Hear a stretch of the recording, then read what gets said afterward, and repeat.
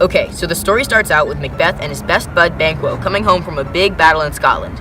They run into these three witch ladies and they're all like, Macbeth is going to be the Thane of Glamis, which he already is, Thane of Cawdor, and King of Scotland. Macbeth is thinking that these sisters are crazy, but Banquo wants to know his prophecy.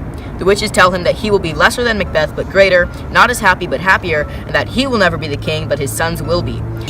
That's a direct message from Shakespeare to King James of Scotland, who was likely watching the play at the time. Macbeth then learns that the Thane of Cawdor was sentenced to death and that he was his replacement. Even though 2 of the 3 prophecies have now come true for him, he thinks it's super sketchy. His wife Lady Macbeth, on the other hand, is psyched about all of it. He convinces him to execute a plan to kill King Duncan so Macbeth can take the throne. So later that night, when the king is sleeping over at Macbeth's castle to congratulate him, Macbeth stabs him with a dagger.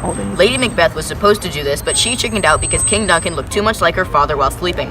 This is ironic because a few minutes later, she calls her husband an infirm of purpose. She takes the bloody daggers and lays them on the passed out guards to frame them for the murder. Macbeth is tripping out about his crime. Then Macduff comes to the castle and finds the king murdered. Macbeth then stabs the guards so they can't tell on him. Duncan's sons Malcolm and Donalbain get really paranoid that someone's going to kill them too, so they flee the country. Because there was no one else to assume the throne, it goes to Macbeth. He's still bugging out about the witch's prophecy that Banquo's bloodline would steal his power when he died. He sends some murderers to go wipe out Banquo and his son Fleance so that can't happen. They succeed in killing Banquo, but Fleance gets away. Macduff finds Malcolm and convinces him to try and be king to help Macduff with his plan to rid Macbeth of the throne. Later, Macbeth goes to find the witches again to get more prophecies. An armored head tells him to fear Macduff. A bloody child says fear no one of woman born. And lastly, a crowned child with a tree says that he's got nothing to worry about until Birnam Wood reaches Dunsinane.